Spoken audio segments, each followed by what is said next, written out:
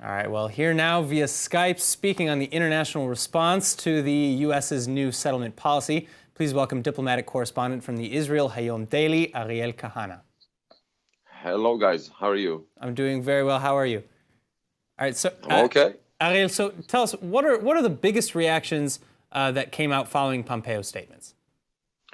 Well, naturally, we could see that the Europeans, I would say the left in Israel as well, didn't like so much Pompeo's declaration or statement from yesterday. But from the other side, you could hear, of course, from the Israeli Prime Minister, from the, I would say, mainstream Israelis, I would say they were glad with this new policy because after many, many years, you have an administration that I must say they didn't go all the way to the Israeli position regarding settlement because Pompeo didn't say yesterday that they agree with Israel that the settlements are legal. They just said it is not illegal like Europe is saying. So therefore, as I said, it looks like I would say a halfway towards Israel, but comparing to what we had in the past, especially during the Obama period, no doubt it was a major step, and that's why, at least in Israel, you could see a very positive response from yesterday and, of course, today. Well, do you think that maybe this had anything to do with setting up a future unveiling of the United States' deal of the century? Well, as far as I understand, not directly. In other words, the plan is waiting, I would say, in the White House, if you want, in Jared Kushner's room. It's in the closet. It's written. It's prepared. You're just waiting. The administration is waiting. There will be a government in Israel that could accept or react to the peace plan when it will be published. The point is, as we know, there is no government in Israel, and who knows when we will have one. So in the meantime, the administration is pushing forward other steps that, in their view, in the administration view, would not interfere the peace plan when it will be presented.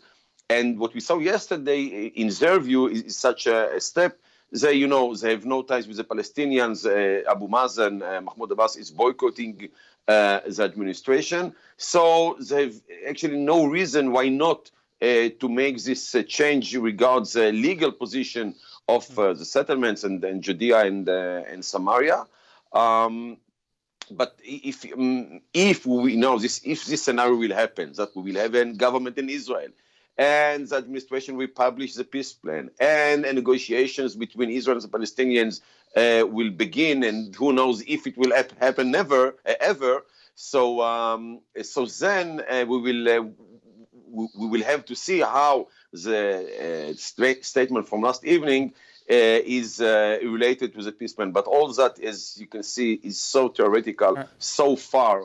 So well, now a minute ago, you also touched on the coalition negotiations. You know how we have an interim government right now, and it's iffy on how the future government might react to this. But already we're seeing a little bit of a division. Obviously, most people in the Israeli government are supporting this ruling from Pompeo, but we're seeing some division. Do you see that playing into the negotiations over the next 24, 36 hours with Gantz?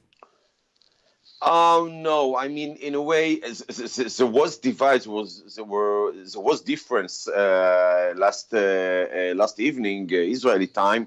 There was the difference between Netanyahu's reaction to Pompeo declaration and Benny Gantz's reaction. Gantz said that any step by the administration should be good for both sides. Netanyahu, from the other hand, said it's good for Israel, and he also critiqued. He went publicly against Gantz's reaction.